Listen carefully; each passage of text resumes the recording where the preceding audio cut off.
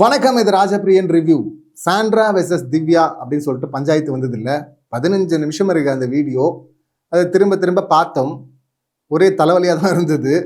இப்போ இதில் என்ன நடந்தது ஆக்சுவலாக, சாட்டர்டே எபிசோடில் சாண்ட்ரா திவ்யா பற்றி சொல்லியிருக்காங்க, இன்டைரக்டாக பேசுகிறாங்க அப்படின்னு சொல்லிட்டு. அதை நான் கிளியர் பண்ணுறேன் அப்படின்னு சொல்லிட்டு தான் திவ்யா வராங்க. எல்லா ஹவுஸ்மேட்ஸும் உட்காடுறாங்க. திவ்யானதும் பார்த்தீங்கன்னா சாண்ட்ரா உட்கார மாட்டாங்கல்ல, அவங்க கிளம்புறேன் அப்படின்னு சொல்லிட்டு கிளம்புறாங்க. இங்கே சாண்ட்ரா நீங்கள் கண்டிப்பாக இருக்கணும், உங்கள்கிட்ட நான் பேசணும் அப்படின்னு சொல்லிட்டு திவ்யா சொன்னதுக்கு சாண்ட்ரா என்ன சொல்கிறாங்கன்னு சொல்லிட்டு கிளியராக கேட்கல. அது திரும்ப திரும்ப கேட்டாலும் அது கேட்கல. பட் திவ்யா என்ன சொல்கிறாங்கன்னா, இப்போ கேட்க முடியாதா அப்படின்லாம் சொல்லிட்டு, இப்போ இவங்க சொல்கிறதின் அடிப்படையில் பார்க்கும்போது அதை தான் அவங்க சொல்லியிருக்காங்க அப்படின்னு தான் நம்ம புரிஞ்சுக்கிறோம். ஸோ சொல்லிவிட்டு அவங்க பாட்டுன்னு கிளம்பிடுறாங்க. அமித் கேப்டன் எழுது இல்லை சாண்ட்ரா கேட்கணும், அவங்க அட்ரஸ் பண்ணுன்றாங்க, நீங்கள் கேட்டு தான் ஆகணும் அப்படின்னு சொல்கிறாரு. இந்த பக்கம் வினோத் அவரும் நீங்கள் பேசுனதெல்லாம் கேட்குறோம்ல, அவங்க பேசுறதை நம்ம கேட்கணும்ல, இது தப்பு சாண்ட்ரா அப்படின்லாம் சொல்கிறாரு. அவங்க பாட்டு நேராக உள்ளே போயிட்டாங்க. அதுக்கப்புறமா மற்றவங்க அரோரா, இவங்க சுபிக்ஷா, சபரி இவங்கெல்லாம் சொல்லும்போது அவங்க என்ன சொல்கிறாங்கன்னு சொல்லிட்டு சாண்ட்ரா நமக்கு காட்டல. ஒரு ரெஸ்ட் ரூம் போகணுமா, போயிட்டு வாங்க அப்படின்னு சொல்லிட்டு இவங்க சொல்கிறாங்க. இப்போ இங்கே வினோத் அது என்ன எல்லாருக்கிட்டே இந்த மாதிரி கோவமா பேசுறதெல்லாம் அப்படின்லாம் சொல்லும்போது, இங்கே சபரி சொல்கிறாரு, அது பிரேக்குங்கிறாரா இல்லை டேட்டுங்கிறாரா அதுவும் கிளியராக கேட்கல. நிறைய முறை கேட்டாலும் அதை பேச முடியாது அப்படிங்கிற மாதிரி சொல்கிறாரு. இப்போ சாண்ட்ரா உள்ளே போயிட்டாங்க, ட்ரெஸ் எடுத்துட்டாங்க. இப்போ கிளம்பும் போது இப்போ இவங்க பேசிட்டு இருந்தாங்களே, அப்போ திவ்யா என்ன சொல்கிறாங்கன்னா, அவங்க பேச முடியாதுன்னு சொல்லிட்டாங்களே, கேட்க முடியாதுன்னு சொல்லிட்டாங்களே அப்படின்றாங்க. கேட்க முடியாதுன்னு சொல்லிட்டாங்களே அப்படின்லாம் சொன்னதும் பார்த்தீங்கன்னா, ட்ரெஸ் எடுத்துகிட்டு கிளம்புன ஒரு 3 அடி வச்ச சாண்ட்ரா திரும்ப நின்று மறுபடியும் கத்த ஆரம்பிக்கிறாங்க. Please give me a break அப்படின்னு சொல்லிட்டு அங்கேருந்து கத்துறாங்க. அதுக்கப்புறமா தான் எத்தனை முறை சொல்கிறது உனக்கு அப்படின்லாம் சொல்லும்போது, அங்கே மறுபடியும் மற்றவங்களாம் இருக்கிறாங்கல்ல, அவங்களாம் சரி சரி போயிட்டு வாங்க அப்படின்லாம் சொன்னதும் பார்த்தீங்கன்னா நேராக உள்ளே போகிறாங்க. இது இந்த இடத்துல திவ்யா பேசுனது அங்கே கேட்குது, சாண்ட்ராவை காட்டும் போது சாண்ட்ரா என்ன பேசுகிறாங்கன்னு சொல்லிட்டு அது கிளியராகவே இல்லை. ஸோ இவங்க அந்த வார்த்தையை அவங்க தான் கேட்க முடியாதுன்னு சொல்லிட்டாங்களே அப்படின்னு சொன்னதுக்கப்புறமா தான் அவங்க நின்று கத்த ஆரம்பிக்கிறாங்க. இப்போ அவங்க உள்ளே போயிட்டாங்க அப்படின்னு பார்த்தா, அடுத்து பார்வதி இங்கிருந்து எழுந்து ஸ்லோவாக வராங்க. வர வரையும் பார்த்தீங்கன்னா சாண்ட்ரா அங்கேயே நின்றுட்டு இருக்கிறாங்க.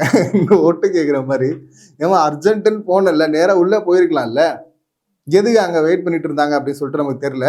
இப்போ அவங்க பார்வதியை பார்த்ததும் அவங்க அழுகுறாங்க. என்ன இதுன்னு தலைப்புற விஷயமா, இப்பயே அதை அட்ரஸ் பண்ணணுமா, கேட்கணுமா, என்ன பண்ணிட்டு வரலாம், அவ என்ன கிளாரிஃபிகேஷன் வேணுமா அப்படின்லாம் சொல்ல, இல்லை உனக்கு பிடிக்கலன்னா அட்ரஸ் பண்ண வேணாம் அப்படின்லாம் சொல்லிட்டு பார்வதி சொல்ல, அதுக்கப்புறமா தான் அவங்க மைக்கை கட்டி வச்சுட்டு ரெஸ்ட் ரூம்குள்ளே போகிறாங்க.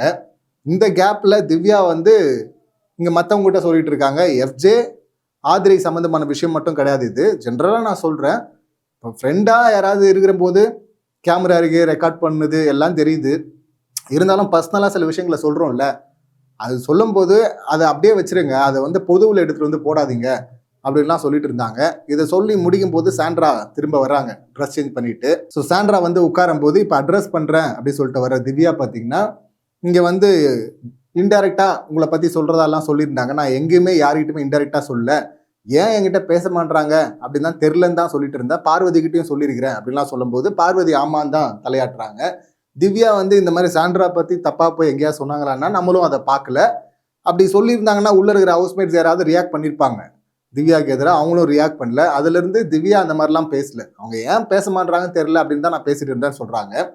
ஸோ அந்த இடத்துல நான் கிளாரிஃபை பண்ணுறேன் அப்படின்னு சொல்லிட்டு சாண்ட்ரா எழுந்துக்க, இருங்க அவங்கள பேச விடுங்க சொல்லும்போது, இல்லை அவங்க வேற மாதிரி குற்றச்சாட்டை தெளிக்கிறான் அப்படியே அப்படின்னு சொல்லிட்டு தான் அங்கே ஒரு வார்த்தையை விடுறாங்க. அங்கேயே அவங்க வெறுப்பை காட்டுறாங்க. அதில் அவங்க சொல்கிறது நான் அப்படி சொல்ல, ஜாலியாக இன்டெரக்டாக பேசிட்டு இருந்தேன், என்னை பற்றி பேசணும்னு சொல்ல, இன்டெரக்டாக பேசணுன்னு தான் நான் சொன்னேன் அப்படின்னு சொல்லிட்டு அவங்க சொல்ல, இப்போ இவங்க உங்களுக்கு என்ன பிரச்சனாலும் நான் வருவேன், ஏன் என்கிட்ட பேச மாட்டேங்கன்னு தெரியல, இதெல்லாம் எனக்கு என்ன பிரச்சனை தெரியல, நான் எங்கேயுமே உங்களை தப்பாக பேசுனது கிடையாது, இதுதான் நான் சொல்லணும்னு நினச்சேன் அப்படின்னு சொல்லிட்டு திவ்யா சொல்ல, இவ்வளோ தான் முடிஞ்சிருச்சா அப்படின்னா முடிஞ்சிருச்சுன்றாங்க. அடுத்து சாண்ட்ரா நீங்கள் தான் சொல்லுமா அப்படின்னு சொல்லிட்டு அமித் கேட்க, அவங்க இல்லை எனக்கு எதுவுமே இல்லை, எனக்கு எதுவுமே கிடையாது, பேச விரும்பலை அப்படின்லாம் அவங்க சொல்கிறாங்க.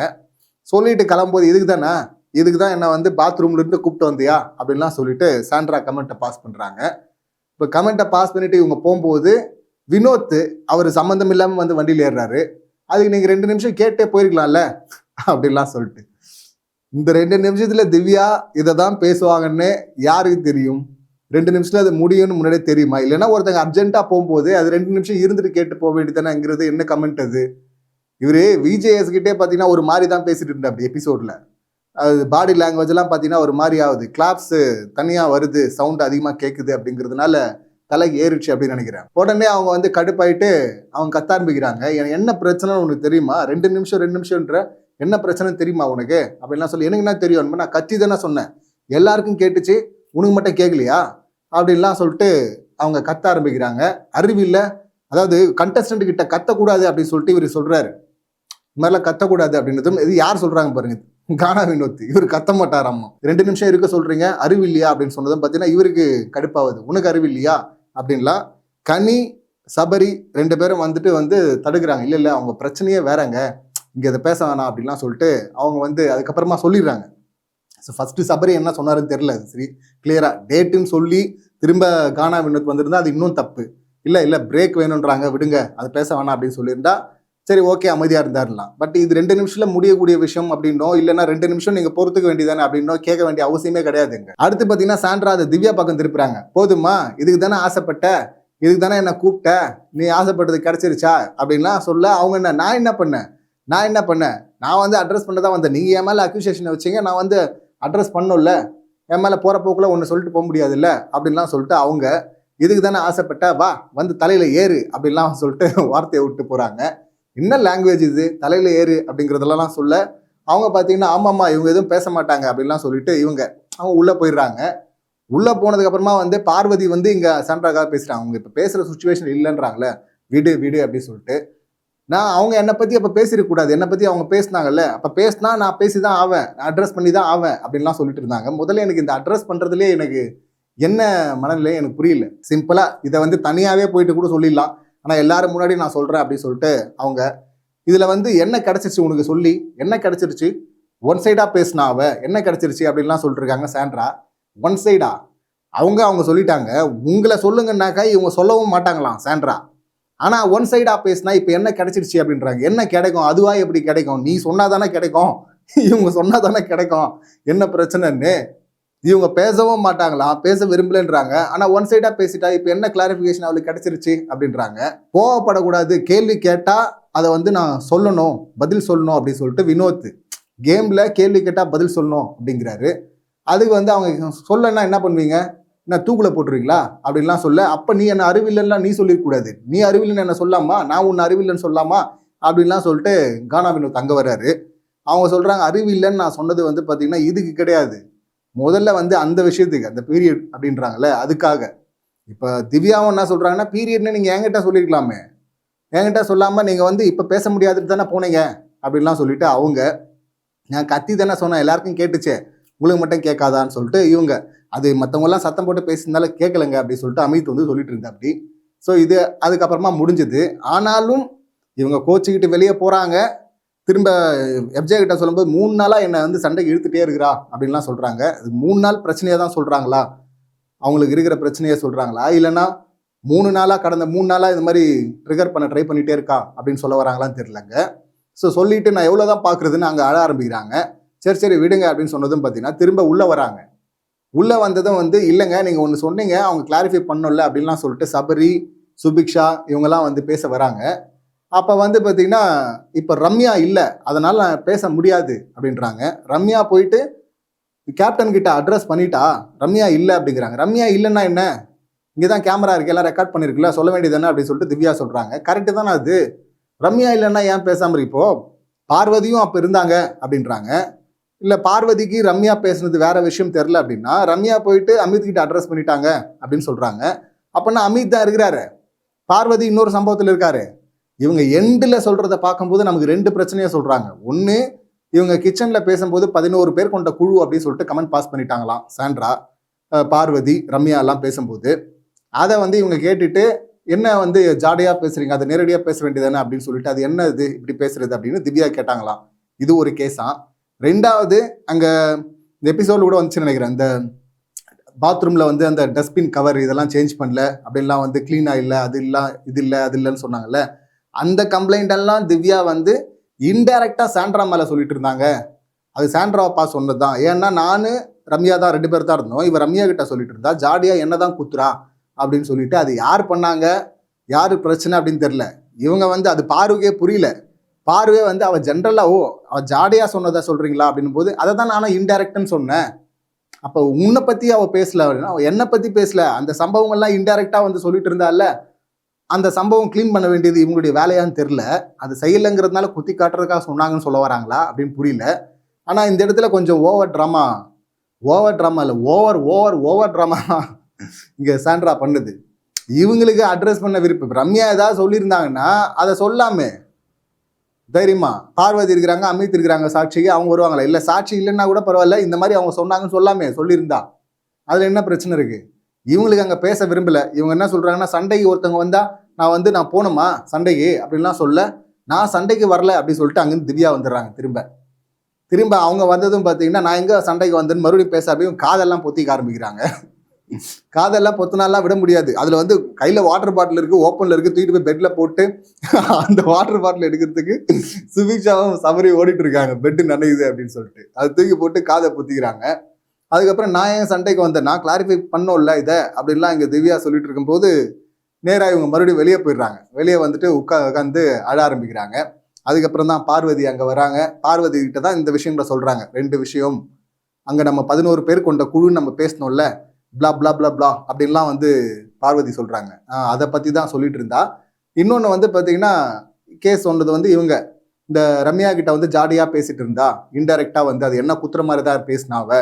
இது 2 தான் நான் சொன்னேன்.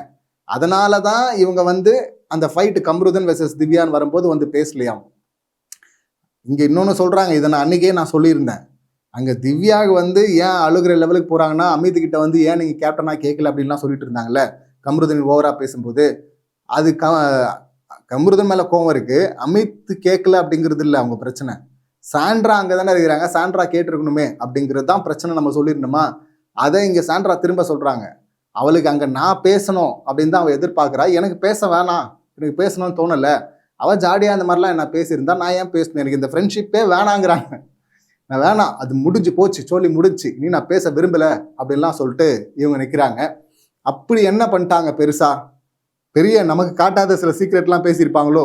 பேசியிருக்க வாய்ப்பு இருக்கு. ஏன்னா வந்து இவங்க ஆல்ரெடி அந்த ட்ரெஸ்ஸிங் ரூம்ல நாமினேஷனை பற்றி வந்து அந்த நெக்லஸ் டாஸ்க் போகும்போது எண்டில் வந்து பார்த்தீங்கன்னா வீக்கெண்டில் அவங்க வந்து கேட்டா, திவ்யா வந்து கேட்டா யாரை நாமினேட் பண்ணணும் அப்படின்னு கேட்டா, மைக்கை கழட்ட சொன்னா, நான் காட்ட மாட்டேன்னு சொல்லிட்டேன். யாரை நாமினேட் பண்ணணும்னு சொன்னா, எல்லாருமே நாமினேட்டட் இல்லை, தோத்த டீம் நாமினேட் ஆகுறாங்களே, இது எது கேட்குற அப்படின்னு நான் சொல்லிட்டேன். அப்போ இவங்க இதுக்கு முன்னாடியும் இந்த மாதிரி டிஸ்கஸ் பண்ணியிருக்கிறாங்க. இப்போ இந்த பாயிண்ட்ல இருந்து பார்க்கும்போது அப்போ திவ்யா வந்து ஆதிரி எஃப்ஜே பற்றி பேசல, பொதுவாக எல்லாருக்கும் சொல்கிறேன்னு சொல்லிட்டு சொன்னது வந்து இப்போ பிரிஞ்சிருக்கிறாங்க. அப்போ நம்ம பர்சனலாக பேசின விஷயத்தெல்லாம் எடுத்துகிட்டு வந்து போட்டுருவாங்களோ அப்படிங்கிற அந்த பயம் இருக்கோ திவ்யாவுக்கு அப்படிங்கிற அந்த கேள்வியும் வருது. இதில் பெரிய கேஸ் யார் எழுதணும்னா சாண்ட்ரா தான். ஏன்னா எக்ஸ்ட்ரீமாக வார்த்தை உருதுருக்குல்ல. இதில் நடுவில் வந்து வினோத்தை பற்றி சொல்லும்போது ஏன் 2 நிமிஷம் பேசிட்டு போடுது தானே அப்படின்லாம் சொல்கிறான். ஏன் அந்த ஆள் வீட்டில் பொண்ணுங்கெல்லாம் இல்லையா அப்படின்லாம் வேற சொல்கிறாங்க. அந்த அளவுக்கு எக்ஸ்ட்ரீமாக போயிடுறாங்க. அது தேவையில்லை, அவ்வளோ தூரம் வீட்டை ஏன் இழுக்கணும், வீட்டில் இருக்கிற பெண்களை ஏன் இழுக்கணும்? இந்த ஆளுக்கு இந்த பிரச்சனை புரியாது, இது பெண்கள் பிரச்சனை, நான் சொல்கிறேன்ல அதை சொல்லி தான் ஆகணுமா அப்படின்னு நார்மலாக பேசிட்டு போகலாம். ஆனால் அதை விட்டுட்டு பார்த்தீங்கன்னா அந்த ஆள் குடும்பத்தை எடுக்கிறது, யாருக்கு பால் ஊற்ற போகிறான் அப்படின்னு சொல்லிட்டு அப்போ கேட்டாங்கல்ல. இப்போ அதுடைய இன்னொரு வருஷம் தானே இது, அந்த ஆள் வீட்டில் பெண்கள் இல்லையா அப்படின்னு சொல்கிறது. அவர் தப்பு தான், அவர் வாண்டடாக வந்து புரியாமல் தான் வராரு. ஆனால் இவங்க அந்த இடத்துல சாஃப்டாக அதை ஹேண்டில் பண்ணாங்கன்னா அந்த பக்கம் இருக்கிற தப்பு தெரியும். இவங்க தப்பு தான் ஆப்போசிட்டில் இருக்கிறவங்க பண்ணுறாங்க, அதுவும் மேலே ஒன்று பண்ணிடுறாங்க. சாண்ட்ரா எக்ஸ்ட்ரீமாக போயிடுறாங்க. போயிட்டு அப்புறம் அடுத்து பார்த்தீங்கன்னா எக்ஸ்ட்ரீமாக அழ ஆரம்பிச்சிடுறாங்க. ரெண்டும் இங்கே இருக்குது, இங்கே எக்ஸ்ட்ரீமாக வார்த்தை அங்கே இருக்குது, அழுகுறது இங்கே லோ லெவலு, இப்படியா? அப்போ அது மாச பிரச்சனை அப்படின்னும் போது அது மூடு ஸ்விங் ஆகும்ல, அப்படின்னா ஆகலாம், வாய்ப்பு இருக்குது. இதை பற்றி பையனாக கமெண்ட் பண்ண முடியாது. இதை பற்றி இதுக்கப்புறமா வந்து கனியும் இவர் விக்ரமும் பேசுகிறாங்க. அப்போ விக்ரம் வந்து சொல்கிற அப்படி ஒரு பையனா இதை வந்து எதுவுமே கமெண்ட்டே பண்ண முடியாது இந்த மாதிரி விஷயத்தில் அப்படின்லாம் சொல்லி, ஆமாம் அது பொண்ணுங்கள்லாம் வேற இழுக்கிறா, ஃப்ரேம் பண்ணுறாங்க. அவங்க ஒரு பொண்ணுக்கு இப்படி நடக்குது யாரும் கேட்க மாட்டீங்களேன்னு சொல்லிட்டு பொண்ணுங்க எல்லாருமே ஃப்ரேம் பண்ணுறாங்க அப்படின்னு சொல்லிட்டு கனி சொல்கிறாங்க. கனிக்கும் சாண்ட்ராக இருக்கிற வைத்தறிச்சல் தான் அது பார்க்கும்போது. இப்போ அடுத்து இவர் என்ன சொல்கிறாருன்னா, இதெல்லாம் இப்படியெல்லாம் யாராவது பண்ணால் எனக்கு சிரிப்பு தான் வருது, ஏன்னா மக்கள்லாம் பார்த்துருவாங்க, மக்கள் தெளிவாக இருக்கிறாங்க, இந்த பருப்பெல்லாம் அங்கே வேகாது அப்படின்லாம் வேற சொல்லிட்டு இருந்தாரு. ஏற்கனவே பார்வதி இந்த மாதிரி அந்த ஹாஸ்டல் டாஸ்கில் பண்ணும்போது அப்பவும் இதே தானே சொன்னார். ஏன் இந்த மாதிரி அழுதுகிட்டே இருக்காங்க, 3 இடத்துல அழுகுறாங்க, இதெல்லாம் நான் கேட்கக்கூடாதா, கேட்பேன் அப்படின்லாம் வந்து சொல்லிட்டு இருந்தார். அப்பதான் அமித் வந்து வார்த்தையை விட்டது, என்னங்க பிரச்சனை 3 நாள், அதை மாசத்துல 3 நாள் வர பிரச்சனை தானேங்க, சாதாரண பிரச்சனை தானேங்கன்னு சொல்லிட்டு அவர் வார்த்தையை விட்டது தான் விஜய் அப்ப போட்டு அடிச்சாரு. அப்ப வந்து பார்வதியும் பாத்தீங்கன்னா இந்த மாதிரி தான் ஸ்விங் ஆயிட்டு இருந்தாங்க. ஏன்னா பார்வதி எப்படின்னு தெரியும், இந்த பார்வதியுடைய சேலையை எடுத்து ஒழிச்சு வச்சுட்டாங்களாம். அதுக்கு அப்பனா வெறும்னே சேலை இல்லாம சுத்தணுமா பாவாடை ஜாக்கெட்டோட அப்படின்லாம் சொல்லிட்டு அதை சொல்லி எக்ஸ்ட்ரீமா, இது ஒரு சென்சிட்டிவ் மேட்டர் இல்லையா, முடிய கட் பண்ண வராங்க, பிராங்க் பண்ணாங்க, அது பிராங்க் அவங்களுக்கும் அது தெரிஞ்சிச்சு, கண்டுபிடிச்சிட்டாங்க. ஆனாலும் பார்த்தீங்கன்னா முடிய கட் பண்ண வராங்க, சாரி எடுத்து ஒழிச்சு வைக்கிறாங்கலாம் சொல்லிட்டு அழுதுட்டு இருந்தாங்க. இன்னும் இவ்வளோ ஸ்விங்காக வராங்க அப்படின்னு பார்த்தா அது அப்போ அவங்க அதை சொன்ன விஷயமும் அதுதான், பீரியட் பிரச்சனை அப்படின்னாங்க. இப்போ அதே போல தான் இவங்களும் ஸ்விங் ஆகுறாங்களா இந்த அளவுக்கு எக்ஸ்ட்ரீமா? இப்போ இந்த விஷயத்துல கமெண்ட் பண்ண முடியாது. ஆனா இவங்க இப்போ மட்டும்தான் இப்படி இருக்காங்களா, இந்த 3 நாள் மட்டும்தானா அப்படின்னு பார்த்தா இல்லையே. அதான் ஜெயில் டாஸ்க்ல பார்த்தோமே, அப்பயும் யாருக்கு பால் ஊத்த போறான் அப்படின்னு சொல்லிட்டு அப்படி பேசினவங்க தான் அதோடைய இன்னொரு வருஷம் தானே இங்க வருது. ஸோ அதனால இப்போ இந்த பிரச்சனையில் இருக்கிறாங்க அப்படின்னு சொல்லிட்டு அப்படி விட்டுலாமா அதை அப்படின்னு பார்த்தா நார்மலாகவே அவங்க அப்படி தான் இருக்கிறாங்க. இன்னொன்று, பையன் கமெண்ட் பண்ண முடியாது அப்படிங்கிறது மட்டும் இல்லை, ஒரு பொண்ணும் கமெண்ட் பண்ண முடியாதுல்ல. ஒவ்வொருத்தருடைய பாடி பிரச்சனை டாலரன்ஸு அப்படிங்கிறது வேற, எல்லாருக்கும் ஒரே மாதிரி ஒரே லெவல்லையா இருக்கும் பெயின், அப்படி இருக்க வாய்ப்பு கிடையாதுல்ல. ஸோ அப்படி இருக்கும்போது இது சென்சிட்டிவான இஷ்யூ தான். இதில் வந்து கமெண்ட் பாஸ் பண்ணுறது தப்பு தான், அது அவங்க சொன்னதுக்கு அப்புறமா பாஸ் பண்ணுறது ரொம்ப தப்பு தான். ஆனால் அதை வச்சு அவங்க கார்டாக யூஸ் பண்ணுறாங்கன்னா மாட்டிப்பாங்க. ஸோ இப்படி இருக்கிறது தான் சாண்ட்ராவுடைய பெரிய பிரச்சனை. யாரும் நம்பவே மாட்டாங்கல்ல, எக்ஸ்ட்ரீமாக போய் அடிச்சிடுற நீ. இப்போ திவ்யாவுக்கு வந்து ஏன் ஸ்கோர் ஏறுதுன்னா, இப்போ சாண்ட்ரா வந்து திவ்யா பற்றி தனியாக பேசிட்டு இருந்தாங்க. தனியாக வந்து அவள் வந்து ஐஸ்கிரீம் கொடுத்தா, அவளுக்கு என் வீட்டுக்காரர் ஐஸ்கிரீம் கொடுத்தாரு, அவளை பற்றி பேசிட்டு இருந்தாரு, ஆனால் அவள் இப்படி பண்ணிட்டா அப்படி பண்ணிட்டா அப்படி பண்ணிட்டா அப்படின்லாம் சொல்லிட்டு இருந்தாங்க. அந்த மாதிரி திவ்யா எதுவும் சொல்லலை. ஸோ சொல்லாததுன்னா ஒருத்தங்க இருக்கிறாங்க, ஒருத்தங்க வந்து குற்றச்சாட்டாக அடிக்கிட்டு இருக்கிறாங்க. அப்போ வந்து பார்த்தீங்கன்னா இந்த பக்கம் ஸ்கோர் ஏறும், இவங்க கரெக்டாக இருக்காங்க, என்னப்பா இப்படி சொல்லிட்டு இருக்காங்கன்னு. இப்போ அந்த மாதிரி தான் இவங்களும் கேம் ஆடணும். ஆனால் அந்த மாதிரி யாராங்கலாம் இல்லை. யாராவது ஒரு பிரச்சனை எடுத்துகிட்டு வராங்க தான் சாண்ட்ரா கிட்ட, பிரச்சனை பண்ண வந்தா அவங்க எக்ஸ்ட்ரீமாக மேலே போயிடுறாங்க. மேலே போயிட்டு அப்புறம் அந்த கேஸ் நிற்காது இல்லை, இதுதானே ரொம்ப தப்பாகும். இல்லைன்னா எக்ஸ்ட்ரீமாக வந்து அடுத்து இமீடியட்டாக அழ ஆரம்பிச்சிடுறாங்க. அது அவங்களுக்கே புரியுது பொழுது, எக்ஸ்ட்ரீமாக வார்த்தையை விட்டுறோம் அப்படின்னு சொல்லிட்டு. அந்த ஆள் வீட்டில் பொண்ணுங்க கிடையாதாங்கிறது, தலையில் வந்து ஏறு அப்படிங்கிறது, இந்த மாதிரிலாம் சொல்லிட்டு அழ ஆரம்பிச்சிட்டா. ஸோ அது ஒரு தப்பான கேமாக இருக்குது. இதுவரை பார்க்காத, இந்த சீசனின் பெரிய ஹிட் அந்த சீக்ரெட் டாஸ்க் குறும்படம், இதுவரை பார்க்காத ஒரு பெரிய வில்லத்தனத்தை இவங்க காட்டுவாங்க அப்படின்னு நினைக்கிறேன். வில்லி அப்படிங்கிற அந்த பேரோட தான் போவாங்க அப்படின்னு தான் நினைக்கிறேன், சாண்ட்ரா போகிற போக்க பார்த்தா. இப்போ விக்கல்ஸும் கனியும் இந்த பக்கம் இவங்கள பற்றி பேசினாங்கல்ல, இப்போ சாண்ட்ராவும் அமித்தும் பார்த்தீங்கன்னா தனியாக உட்காந்து இவங்கள பற்றி பேசிட்டு இருக்காங்க. அப்போ பேசும்போது குரூப் கேம் ஆடுறாங்க அவங்க குரூப் கேமில் தான் இது மாதிரி மாட்டி மாட்டி ஒவ்வொருத்தராக வெளியே போயிட்டு இருக்கிறாங்க. இப்போ வேணா வந்து நல்லா பாயிண்டாக பேசிட்டு இருந்தா, நல்லா ஆடிட்டு இருந்தா சோலோவாக இருக்கிற வரை, எப்போ இவங்க குரூப்பில் போய் ஜாயின் பண்ணாலோ காலி. ஏன்னா வேணாவை வந்து அவங்க சொன்னாங்க, கன்னி வந்து சொன்னாங்களாம், நீ வந்து தனியாக இருந்தாலாம் இங்கே இருக்க முடியாது அப்படின்னு, அதனால அங்கே போனா குரூப்புக்கு அப்படின்றாங்க. அது கன்னி சொல்லி போனாங்களா அப்படின்னு தெரில. ஆனால் 2 பேர் முக்கியம், ஒன்று விக்ரம், இன்னொன்று எஃப்ஜே. இந்த 2 பேர் தான் காரணம். அவங்க 2 பேருமே அந்த கேங்கில் தான் இருக்கிறாங்க. இது திட்டமிட்டு பண்ணாங்களா தெரியாது. ஆனால் 2 பேருமே தனித்தனியாக நம்ம கேஸ் எழுதுவோம். எஃப்ஜே மேலே ஒரு கேஸ் எழுதுவோம், விக்ரம் மேலே எழுதுவோம். இதில் கனிக்கு சம்மந்தம் இருக்கா, டீமாக சேர்ந்து பண்ணாங்களா அப்படிங்கிறதெல்லாம் தெரியாது. ஆனால் இந்த 2 பேர் பண்ணதை வந்து நம்ம ரொம்ப அப்பட்டமாக பார்த்தோம். ஸோ அதனால தனியாக இருக்கிற எல்லாரையுமே அனுப்பிடுறாங்க, அந்த கூட்டத்தில் இருந்தால் தான் இருக்க முடியும் அப்படின்னு சொல்லி கூப்பிட்டு கூட்டத்துக்குள்ளே வச்சு அப்பயும் செஞ்சு அனுப்பிடுறாங்க. இதுதான் ஒரு கேமாக பண்ணிட்டு இருக்கிறாங்க. அதனால தான் வியானா போனா அப்படின்லாம் அவங்க சொல்ல. அமித் வந்து அதனால தானே எந்த குரூப்லையுமே சேர்றதில்லை அப்படின்லாம் அவரு. குரூப்பில் சேராது இல்லை முக்கியம், என்ன கேம் ஆடுற அப்படிங்கிறது தான் முக்கியம். அந்த இடத்துல பார்க்கும்போது அமித் ரொம்ப லோவாக தான் இருக்கிறாரு. ஸோ இப்படி தான் பேசியிருக்கிறாங்க. இன்னும் நிறைய பேசியிருக்கிறாங்க வேற கண்டஸ்டன்ஸ். அதெல்லாம் மோசமாக பேசியிருக்கிறாங்க. என்ன பேசியிருக்கிறாங்கன்னு சொல்லிட்டு அடுத்து பார்ப்போம்.